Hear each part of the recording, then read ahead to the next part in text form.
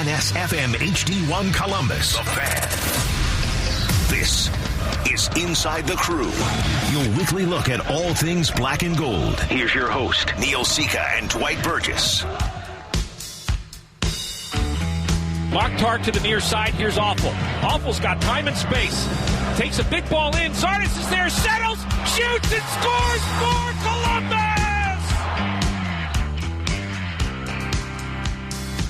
Like that, we're raising some hell. It's Victory Tuesday. Did he have a heart attack at the end of that? That's Chris Doran on the call. 1 of 3 in the first half. And the Crew have win number 8. And it's a poignant one. First ever over FC Cincinnati. Woo! As they walk out of there with a 3-1 victory. Third road win of the season. They've got points in 7 of their last 8 games, and they're coming home to take on the Chicago Fire this Saturday. We'll get you ready for that. We're going to recap the FC Cincinnati game. Connor Maloney, who has started every game at left back since the first FC Cincinnati meeting, is going to meet us. Neil and Dwight with you. How you doing, my friend? Your season is starting, and for the Crew season as it's winding down, regardless of what happens after game number 34, this was one of the more memorable wins of the season. A great first half for a team that needed it and let points slip away in the first meeting of the rivalry. But it's been fun to watch these two teams play, and the old guard reigned supreme on this day. I thought on balance, if you look at it from a neutral perspective, it had everything you wanted. Columbus showed what they can do when they're on. FC Cincinnati showed what they can do when they're off. But they also responded in the second half. Let's not forget that Roon came up with a couple of big saves. And if Cincinnati gets one of those opportunities early in half number 2 to go, right, perhaps the dynamic changes. But the fans were there, the noise, obviously just being part of that atmosphere. There's a lot to like about it. And look, in Columbus, there's multiple metrics, but if you take them all and combine, they have less than a 5% chance of making the playoffs. As you and I have talked about for weeks now, it's not the points, it's the number of teams. And it's fine that Montreal is struggling, and New England has started to come back to earth a little bit since Bruce Arena took over. DC United, they seem to be imploding. Orlando, Chicago. Yeah, there's just too many teams. So what I like to see is a guy like Connor Maloney getting regular minutes, because Columbus has got to make decisions on a bunch of these guys. They have committed to the future, but to go out and do what they did in that first half, they really dismantled FC Cincinnati. But from a rivalry standpoint, I was glad to see that there was some fight in the home team in the second half, and they didn't just lie down. Great save. You mentioned room saves. That redirection shot in the 65th minute was pretty big. Was so close to getting his first shutout. The team was close to getting their first shutout since April 6th. Kakuta Mane, who's played now for both teams in this rivalry, had 4 goals for the Crew in 2017 in 19 games. Got the goal late. FC Cincinnati's had a miserable season by and large in terms of results. They will get better as time goes along, so it's not a bad thing to beat up on the new guy while you can, and that's why you look back, not to play Monday morning quarterback, but the points left on the table with the chances late in that game on August 10th, and we could be talking about perhaps a different perspective going into this game with Chicago. But they're still important, and if you get some points here, you get the week off, then you're going on the road for the next 2, Atlanta and Vancouver. But a fun atmosphere had by all, and this is a rivalry that I think we're going to enjoy watching for years to come. It's exactly what the league has become. It's what they've wanted. And while FC Cincinnati kind of slipped in the side door suddenly and Columbus went through their own struggles, I don't think there's any question about not only the rivalry, but it's just going to get bigger, right? Because Cincinnati is going to build, and Columbus is going to continue to build. Figuratively, they're building new stadiums, so there's going to be a lot to rally around. It's great to see, and perhaps it'll bring a little more appropriate attention to what's happening in this part of the country, not just out in L.A. We'll bring the Fire to your attention with Frank Klopas coming up a little bit later on. But right now, a guy who was a forward and really dominated his time at Penn State was already on the show earlier when we were talking about the U.S. Open Cup preview in Pittsburgh because he had played there on loan. But now he's getting his crack with the senior team as Connor Maloney has stepped into the starting role in the left back and is doing a damn fine job. Joining us now on the show. He started the last 4 games for the Black and Golds, and 2 of them have come in this Hell is Real rivalry. Connor, thanks for joining the show. Number 2 for you on the year, and man, that had to feel pretty good winning the rivalry game Sunday in Cincinnati. Yeah, thanks for having me. it's definitely been a crazy couple games, crazy week and a half, 2 weeks, especially with the rivalry with Cincinnati. We've had a lot of good support from our fans, and it was very nice to get the win, especially at their place with our traveling supporters. And we couldn't ask for a better fan section, and we're glad we could get this one for the supporters in the first Hell is Real rivalry. It's quite common for guys coming out of high school to go to college, particularly goal scorers, to get converted to defenders to add more, venom to the attack, if you will. You don't see it quite as often as this level, but boy, if people didn't know your background, they'd think that you have been playing along the back line your entire career. Has it been as smooth internally as it would appear to many externally? I would say no. As a forward in college, from scoring goals to defending and trying not to let goals in Major League Soccer, I say it's been a pretty tough task with positioning and just kind of reading the game from the defensive part of the ball. So it's been a tough transition, but with the likes of like Harry, Hector, and Waylon, it's been pretty smooth. Being able to watch them every day and trying to emulate what they do on the field, what they've done in their careers, and try to put it on the field for myself and hopefully try and help the team as much as I can when I get in the game. Connor Maloney is our guest here on Inside the Crew. You told me before the first start against FC Cincinnati there was a calmness. You were learning things. Sometimes that doesn't always go as planned. I think the first 25 minutes for the team didn't go as planned in that game back at Mafre Stadium. But how would you track your progress to saying feeling confident, playing confident in Game 4 of the start as opposed to how things got underway? And you can look in the mirror there because you're playing the same opponent over a 2-week span. So what do you think you've learned or felt more confident in as these starts have accumulated? Yeah, from Game 1, I think it was my first start of the year. So there was definitely going to be kinks in there. And I felt like I had kinks to get out in the first game. And from Game 1 to Game 2 to Game 2 to Game 3, I think I've progressed and felt more confident and felt more comfortable. Obviously, I'm playing on the left side. Left foot isn't my strong foot, so I had to get comfortable there and trying to play with my left foot. So it was a good task. It was good the first game for a rivalry game. I was so amped up. I was ready to go. I think Game 2, I was a little bit more calm. I think that amped up. I think I got a little nervous going into Game 1, but Game 2 to Game 3 to Game 4, I felt more comfortable. The guys have given me a lot of confidence going into each game, and so have the coaching staff. They've put a lot of trust in me, and the next guy's stepping up, and that's me, and hopefully I can make a difference each and every game. For those of you that were already with the team when preseason began, you're in such a different place now here in late August than you were back in January. What's that transition been like? We see, again, from an external perspective, but you guys have to get to know one another. You've got to learn how to play together. And while there have certainly been ups and downs this season, I think Neil and I have been impressed by, more than anything else, the fact that this team never quit. They never gave in. They never, just went through the motions. You guys have consistently fought, but there's been a lot of change, and I don't care what the level is. That's not easy to deal with when you can't focus. You're learning new guys' names and so forth. How has that been for you? Yeah, change is always difficult, but with the guys in the locker room, I've never seen one of our guys put their head down, even with the ups and downs we've had this season. Not one guy has put their head down. We've competed every single day in practice, every single weekend.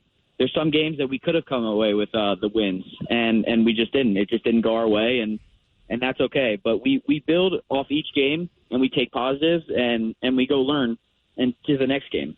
But it's definitely been it's been a challenge, for change with new guys coming in and new guys going out, and so it's tough to get a good camaraderie, trying to get everyone going on the same page. But everyone has to deal with that. It's going across the whole league, so every person, every team has to deal with that. And I felt like we have meshed very well together with all the new guys coming in. Connor Maloney is our guest here on Inside the Crew. The Penn State grad is also a huge football fan and was a hell of a high school kicker at Bishop McDevitt. Is that correct? That is correct. All right, so I got 2 questions for you now that we're going to switch gears to the gridiron. We haven't talked a lot about the Crew Fantasy Football League, but it's a big thing in the locker room. It has been over the last decade. I don't know who's the commissioner now, Hector or Josh. Do you like your team? And then Penn State football, they play Idaho this Saturday. So over or under Nittany Lions 9 victories this season. But let's get back to that, and then tell me what your thoughts are handicapping this Crew Fantasy Football League. Yeah, I actually am in I'm in a fantasy league with my older brother. So fantasy 2 teams have been tough. So I am not in the Crew Fantasy Football League, but I am in with my brother, who we already had our draft. It was actually the night before the NYC game. And so we got to the hotel. We got there a little late, and I'm like going up the elevator to my room, and I'm on my phone, and I had to make my first pick. And I went on my phone, and I was on the clock, ready to go for my first pick. So I already had my draft, but I took Christian McCaffrey. Okay. Ooh, okay. Not Saquon. Yeah. Very good. No, I had the third pick. Okay. Who's your first pick, Dwight? I haven't had my draft. It's Sunday, but ironically, my first pick was McCaffrey as well, because I had the second pick. So Saquon went first, and I took McCaffrey second. Okay. Yeah. I mean, if I was first, I would definitely pick Saquon, Penn Stater. Absolutely, of course. 100%. Yep. And now your prediction for Penn State football. They kind of scampered down the stretch there last season. Yeah, they definitely did, but my expectations are high. I think their expectations are high every single year with Coach Franklin taking over, and he's been such a huge part of that team going forward, of that program going forward. So I'm going to go over. I think I have a high expectation, and I think they do too. So I think it'll be an interesting year, especially with a new quarterback and a new running back. So it'll be an interesting year, but I'm excited to see what they got. That's a fun fact. I don't think people know this about you. Just like Justin Merrim, there was consideration on perhaps walking on to the football team when Bill O'Brien was the head coach. But it's so hard to pull that off with the schedule as it is. Yeah, I mean, that would have been amazing to at least try it and go out and experience that. I mean, I don't think it's been done for a soccer player to do soccer and kick for the football team since Barr at Penn State, and I don't know how long ago that was. There's a great tradition there of soccer and kickers at Penn State. It really is. So, I mean, that would have been amazing and a cool experience, and but obviously soccer was my first love, and that's what I went with. Of course, we can remember Devin Barclay kicking for Ohio State and had a little career in MLS before stepping on to Ohio Stadium's turf to kick for the Buckeyes. Yeah, so. Yeah, and there's another player. Josh Lambo, right? Yeah. Josh Lambo, yeah. So, I mean, it comes natural to soccer players to go kick. It really does. I mean, obviously it's over the goalpost and not under, but it's still the same form. Have you ever heard the song Lonesome Kicker by Adam Sandler? I have. It's so good. It's so good. But see, there are similarities. MLS, college football, NFL, it all winds together. Good stuff. Connor, thanks for doing this again, and we wish you the best going forward. Big one against Chicago this weekend, so go out there, get a win, and keep playing well. Awesome. Thank you for having me, guys. All right, that's Connor Maloney doing the job at left back the last 4 games. When we come back, we'll preview the Fire as they conclude their season series. Frank Klopas, our good friend, joins us next inside the Crew. Back to Inside the Crew. Here's Neil Sika and Dwight Burgess.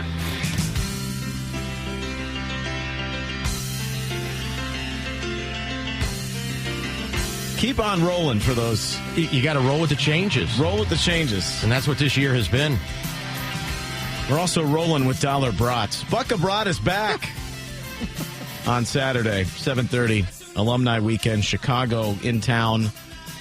And our good friend on the show played for him, coached Montreal. Frank Klopas joins us now. He's the Fire TV analyst on ESPN+. How you doing, Frank? I'm great, guys. Thanks for having me on. Looking forward to, obviously, a big match for both teams here. Yes, indeed. Do you consider this a must-win for Chicago? 3 points clear of Columbus if they want any chance of sniffing that playoff line. I'm sure the majority of their games, they need to accumulate 3 points. Yeah, I think when you look at it from both teams, I think they look at every match now and you're saying, it's got to be 3 points, just to keep, mathematically you're still in it regardless of what happens, but still, and then you make it really difficult for yourself. I think for the Fire, they have to look at it as a place where they got to go get a result there in order to, keep their hopes going till the end. And then that's how they're going to approach this game. They know that they lost a close one in New England. I thought that they deserved a lot more, and, one mistake late in that match cost them. So they got to be coming in here, really looking to get all full 3 points. It's interesting your comment about New England, because something Neil and I have talked about throughout the season is it has appeared that whenever Columbus makes a mistake, it's a huge mistake, and it's at a critical time, and they end up turning potential draws into losses or wins into draws. Has that been an ongoing theme as well for your guys? Yeah, because I think in the beginning, I think they were still trying to find the core group, really, to, I think they've been able to do that. I think when you look at the team, Chicago, they have some talent, man. They got some really good, exciting players, but I think lately they've done a very good job from the defensive standpoint. They made it really difficult for teams, but when you look at the games, it's been like they get punished with the first mistake they make, but in the other end, it's their inability to put games away at times, because they do create a lot of chances. So I think that kind of goes hand in hand. You don't put the chances away. Maybe that plays in the confidence with the group, and then the one mistake, you pay for it. Yeah. So, but the mentality is good with the group. They're coming in. It's an uphill battle for sure.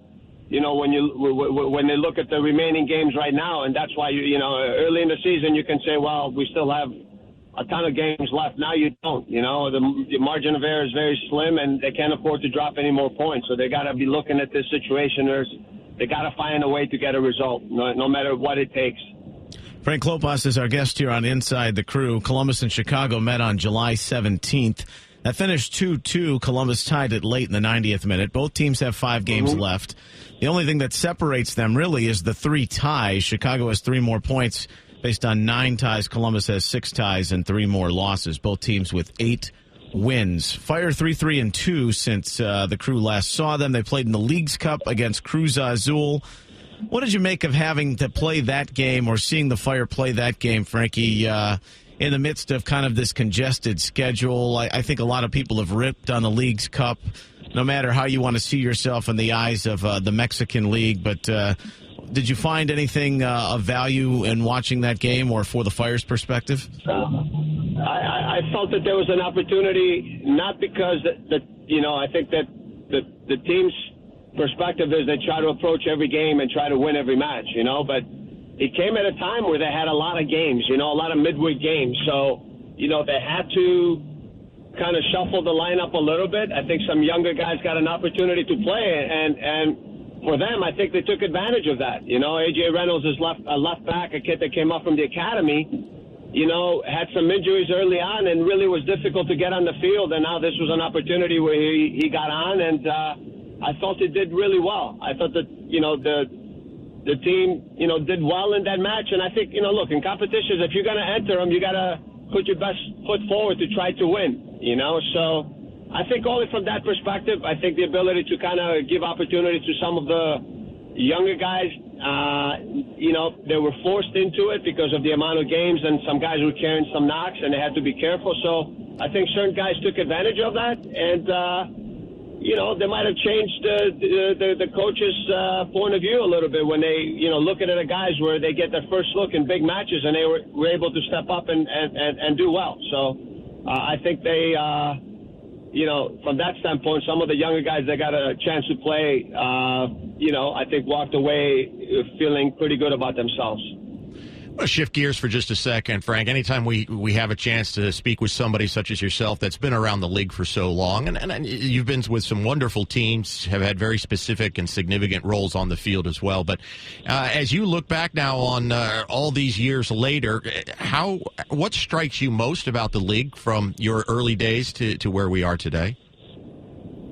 I mean, obviously the growth is one. It's amazing, when, I came back and, in '96 we were playing, there was still a big question mark to whether the league was going to make it, and not that much time has passed, and now you see the growth. You've seen from an ownership standpoint, the amount of money that's been put into, expansion teams coming in, stadiums that are built, the quality of players that you're able to attract, not only abroad.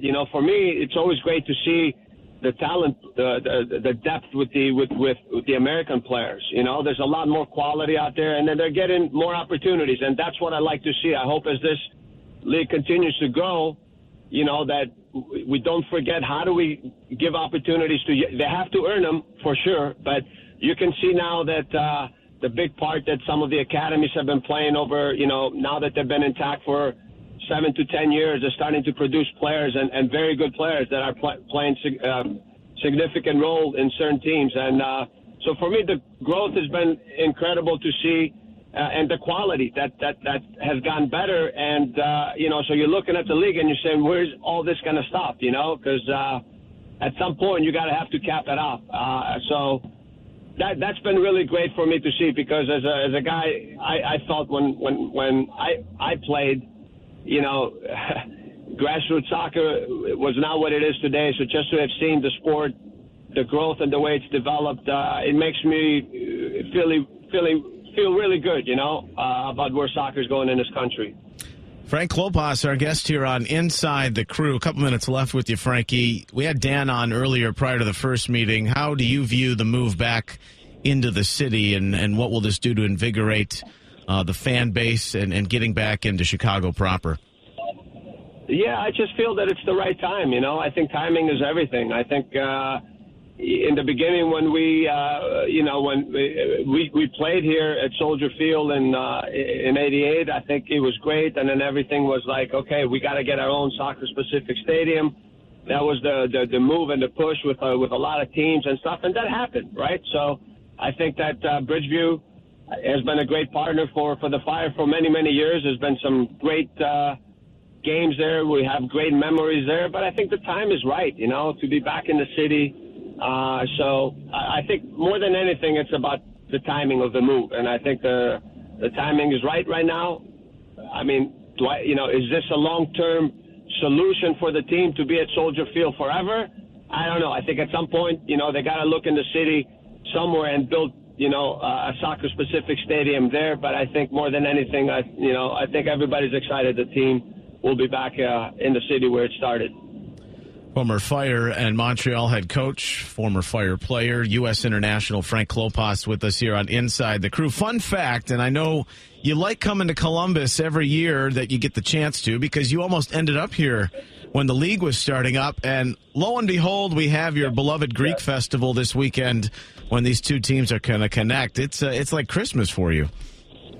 I really love it. I'm looking forward to it. Columbus, you're right. I mean, I almost went there, and I almost went there twice. Once when I came to visit, as the national team players after the World Cup were being allocated to different places, I came to visit there. It's, Columbus is not what it used to be back then. It's amazing. And then I got traded there, and then I held out a little bit just to be able to come back and finish my career in Chicago. But I love Columbus. It's a great city. I have a lot of good friends there.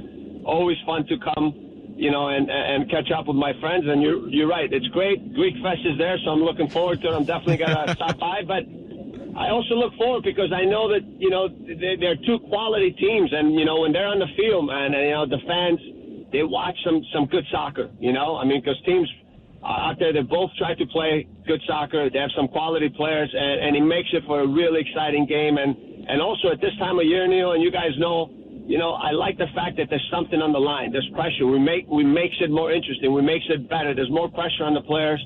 So I expect at least, I'm looking forward to this match. I expect a very good game. And the fans got to come out and watch this one. It should be fun. We're looking forward to seeing you. And we know Dwight's taking the Crew. You're taking the Fire. We're going to put up an old Columbus Zogs jersey against your old Chicago Sting jersey. How does that sound? Listen, I'm bringing mine. I'm bringing the one I used to wear with the Sting. when I look at it, I'm saying, how the heck did I fit in that jersey back then, you know? I believe it. I'm bringing it with, guys. Bring it with you. Game on. All right. Frank, great to talk to you. Thanks for this. All right, guys. Thank you. See you. That's Fire TV analyst and Mr. Chicago Soccer, really, Frank Klopas here on Inside the Crew. Coming back with more, a special alumni guest. Stay with us here on ITC 97.1 The Fan. Back to Inside the Crew. Here's Neil Sika and Dwight Burgess.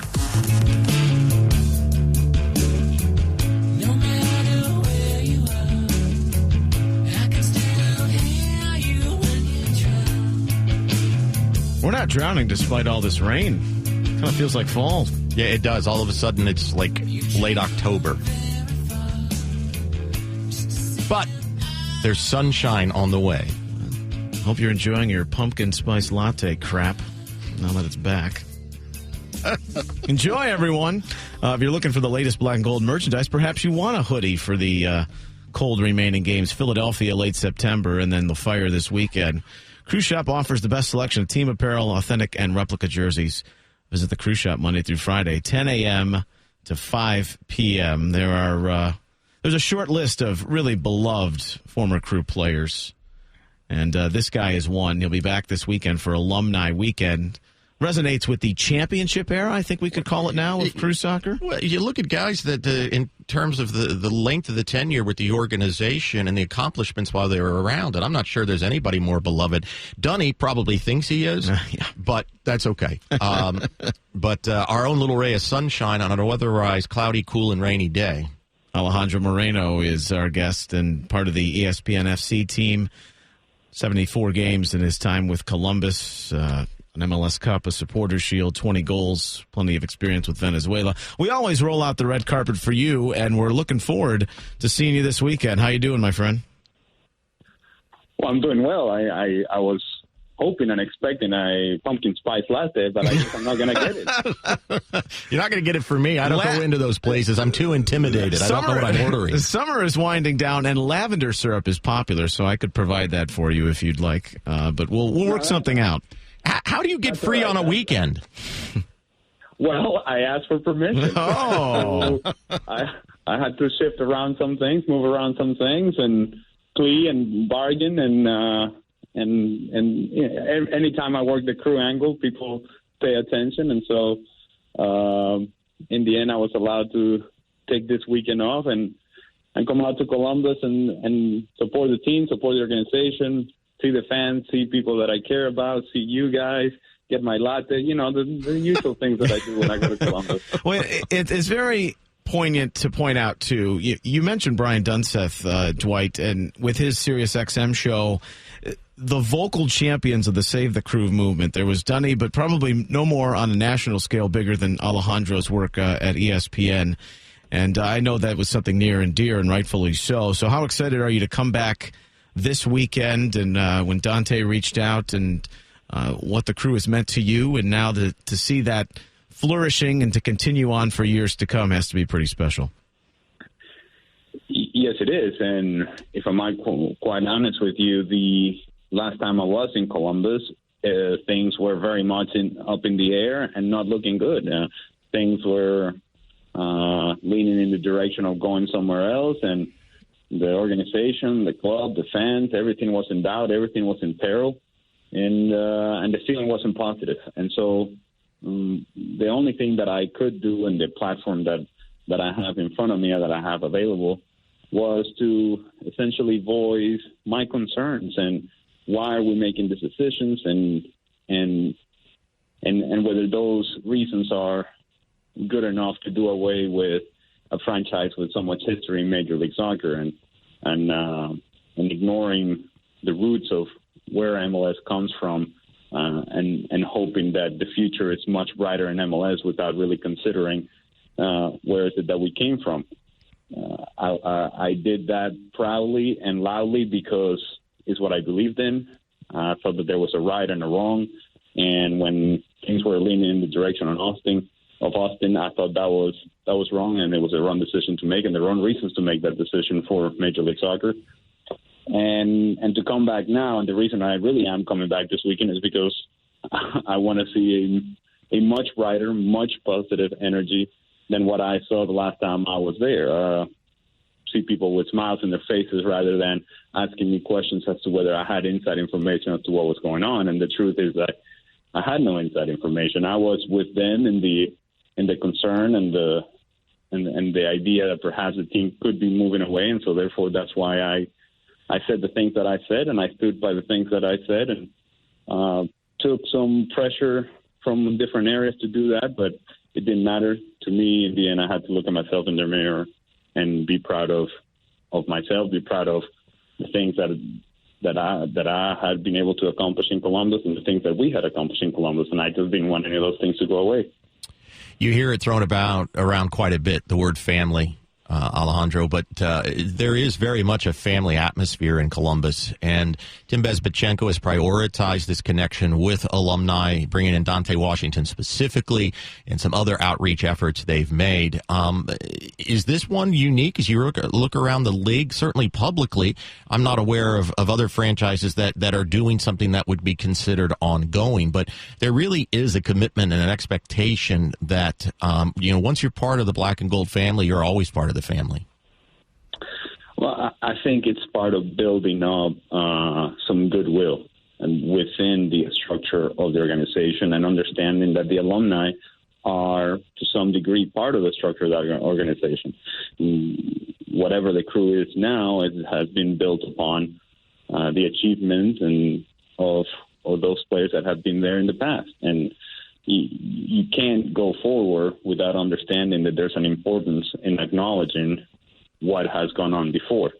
And much to what I was referring earlier, that MLS at one point seemed to be ignoring the past of the Columbus crew as to when they were flirting with the idea of going to Austin.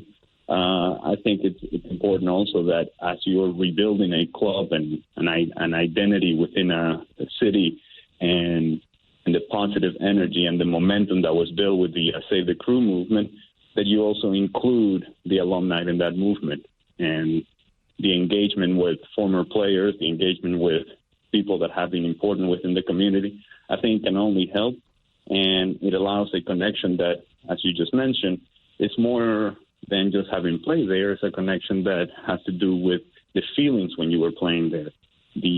More so than the winning and losing is the relationship that you've built there. And that's what I'll do when I go there this weekend. I'll see a lot of people that I don't get to see all that often. But the moment I see them and they see me, there'll be smiles, there'll be hugs, and there'll be memories that we share together. Alejandro Moreno is our guest. Alumni night this weekend against Chicago at 7:30. Among those former teammates and friends, Mike Clark, Jeff Cunningham, John Harkes, Duncan Outen, and others will be part of pre-match autographs and a halftime ceremony. If Dante called you up and said, we're going to have another alumni game, that was so well received at the end of last season, and if you could make it, would you lace up the boots again? Well, of course. I actually thought I was playing this weekend. Oh, you are? Okay. Yeah, I thought there was a game going on. That was part of the initial planning, and then found out that that's not the case. I got to tell you, I'm a little disappointed because there might have been some extra jogging that I did that I didn't have to do. Yeah, I'm scouring the release here, making sure I didn't overlook something, but that you are right. Yeah, there's nothing scheduled. But I think that would be a great idea going forward to have this on a regular basis. Well, I thought that was the plan. I don't know who pulled it back, but whoever did. We know that guy in charge. I think we're going to have to talk to him about it. Well, you let him know. There are a couple miles that I didn't have to run. You know what I'm saying? Yeah, that's right. Well, I think he did it because he didn't want to have to play. Well, that's a little selfish, don't you think? Just a little. I think so. Before we let you go and switching gears to your day job with ESPN FC, and you do some MLS and a lot of other things, but if you had to handicap the EuroLeagues or things that you're most looking forward to watching throughout the course of the international season and all over the world, what stands out to you? It's going to be interesting what happens with Real Madrid. What do they look for, or what do they look like once the dust has settled and all the markets have closed, and whether there is a bounce back for a team that has been so successful, and there's so many expectations, and they have so much talent available, and yet they seem to be for whatever reason, unable to put it together. Certainly so last year. Interesting to see what happens with Neymar over the last few days of the transfer market window as it's coming to a close. Whoever is going to make a decision here may be overpaying for Neymar. The teams get desperate because they want that sort of talent, and in doing so, are you making a mistake in sacrificing financial stability in the future? Teams like Real Madrid, teams like Barcelona that seem to be interested. Not sure that either one of those teams actually need a player like Neymar, but we'll see. And if he stays at PSG, what does that do for PSG? Do they play a guy that they publicly and openly have come out and say that they do not want in the team? Well, if you have him available and he's one of the best players in the world, then you better make sure that you play him. So that's a ongoing soap opera. And then in England, it's very clear that it's Manchester City and Liverpool and then everybody else. And everybody else is falling further and further behind. So it just feels like it's going to be those two teams regardless. Manchester City has looked great over the first few weeks, even though they tied against Spurs. That was a game that it was so impressive in the way that they moved the ball, and they seem to get better and better and better. And when you consider the depth that they have and the talent that they have available, it's a team that's going to be difficult to stop, not only in England, but certainly in Champions League as well. A jam-packed 10 minutes with former Crew forward Alejandro Moreno. Looking forward to seeing you this weekend. Dwight promises his brat, since he will not be there, so you can have that if we don't get you the pumpkin spice latte. No, that's right. I passed on the latte. I actually don't drink coffee. I just wanted to, all right. I just wanted to sense why is it that you're so against it. I'm, so negative towards it. We will continue this conversation this weekend, my friend. Thanks so much for doing this. You can catch Ali almost on a daily basis, ESPN FC. Thanks so much. All right, no problem, guys. See you this weekend. Looking forward to seeing Alejandro Moreno. When we come back, we'll put a bow on the show. Inside the Crew, 97.1 The Fan. Back to Inside the Crew. Here's Neil Sika and Dwight Burgess.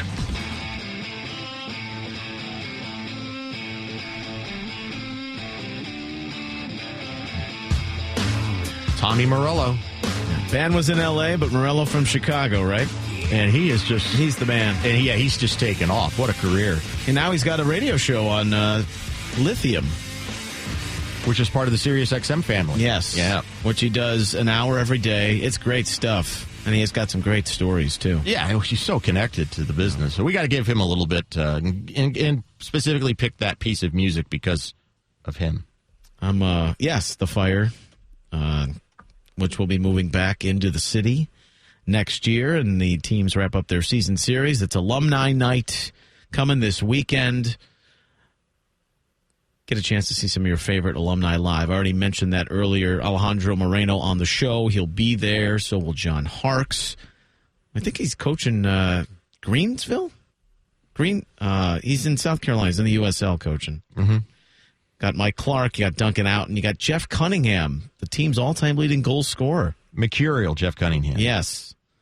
So it's going to be a fun night, and looking forward to more of these going forward. And a good game, too, against Chicago, with both teams having a history and a puncher's chance, but it might be slim, but a puncher's chance, and that's what makes it important. Greenville Triumph is the head coaching job of John Harkes. Well, they tend to be competitive games when these two teams play, and I think that's important. And beyond the slim playoff hopes both have alive, they are also playing for contracts. They're playing for jobs. And that's just part of the process moving forward. And, there was an announcement came out earlier today, Neil, just talking about processes and moving forward. And formal permission has been granted to take down 9 buildings that will become the site of the new Mafre Stadium, if you will. So the commission has approved that. It's a formality, but it's another box to be checked before they can actually put shovels in the ground. U.S. Open Cup final is going on right now. Yeah. Minnesota at Atlanta. Do you give Minnesota a shot at all? Only because they play the game. Only because they play. Someone may trip. I'm not sure. While everybody's drooling over LAFC, which is an outstanding team, has had a great season, they've also stayed away from adversity. If they stay away from adversity the rest of the way, they're going to be hard to stop. But I still think that Atlanta might be the best team in the league. Yeah, they're looking that way right now. I think they've won 5 of 6 and 4 in a row overall. Martinez has scored in 12 straight games. That's a place the Crew still have to go. And while they didn't win there, they advanced out in the playoffs in 17 off the penalties, which is one of the more memorable moments of the last 10 years. But that's a completely different team to go in there, Completely different team than what we saw earlier in the season. So you got that this weekend with Columbus and Chicago. You've got your first game. Yes, sir. And unfortunately, you won't be joining us with the Fire game, but you got 2 with the Tigers. Looking forward to getting year 5, right? Yeah, year 4. It is. It is unfortunate, and just with everything that was happening, and with Columbus and the future of the Crew in the city, can we hang on to the team and trying to put together the Wittenberg schedule? And unfortunately, just had to make some decisions about things, and there ended up being a couple of conflicts this fall. But we're off to Wheaton, just outside Chicago proper, and play the host team on Friday, and then Elmhurst College on Saturday. Get back on Sunday, and we're off and running, and I'll come up for air again sometime around Thanksgiving. Yes. It is a fun time of year, even though it's congested. So. But with Andy and our good friend John Bloom along for the ride, it'll be a lot of fun. I'll be giving updates at the half along with the MLS scoreboard. That's beautiful. 2020 full season memberships are on sale now. You're mentioning these buildings that are going to come down in place of the new downtown stadium, best prices on home matches, and so much more. So get in on full season memberships for next year. Of course, you want to be a part of all of this as the team marches forward to the midpoint of 2021 and the brand new downtown stadium opening up in the summer. This fall, groundbreaking coming up, 6414447 or columbuscrewsc.com. for more information. Yeah, busy calendar here on our radio home. Of course, college football is starting. The NFL is a week away, and the stretch run here in MLS. It is kind of weird to say there's only 5 games left now. Yeah. Normally, because that MLS season the last few years has lingered to the end of October around Halloween. But it's going to be so much more interesting to watch these playoffs in single-game formats and be done by Thanksgiving. And as much as we'd like to be busy calling games well through the playoffs into the final, it's different when you're not part of it. You sit back and you watch a little bit as a fan and just see. And, you talk about that. I mean, rumblings are that this league is going to kick off in February of 2020. So, that little shift continues, I think. You may be surprised to see a couple more years down the road exactly how this schedule looks. Spring season started off with snow. Indians, Crew, why not? Good luck this weekend. Thank you. We'll miss you. Thanks to our guests, Connor Maloney, Frank Klopas, Alejandro Moreno. CB, Colin Behringer produced it. Enjoy the weekend full of action. Crew at 7:30, 7 o'clock pregame right here on The Fan with Chris Doran. And the call coming up on the TV side, we'll have it for you. Thanks for listening. Inside the Crew, 97.1 The Fan. Enjoy the rest of your evening. Get it straight from the horse's mouth. But he's not a horse. He's a coach.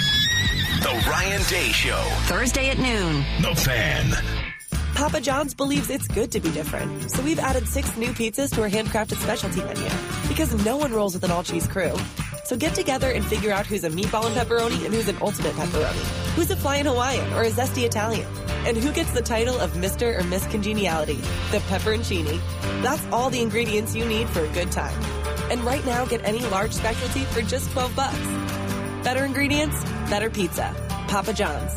At participating U.S. stores, taxes and delivery fee extra. From the opening kickoff through the 90th minute, your Columbus Crew SC never stops battling to secure a victory. And at Medical Mutual, we never stop working to provide high-quality health insurance plans for individuals, families, and businesses throughout Ohio. Every day, our goal is to offer members an extensive network of doctors and hospitals and award-winning service. As the official health insurer of the Columbus Crew SC, we're happy to assist you with a scoring plan that meets your needs. Visit medmutual.com/Crew SC.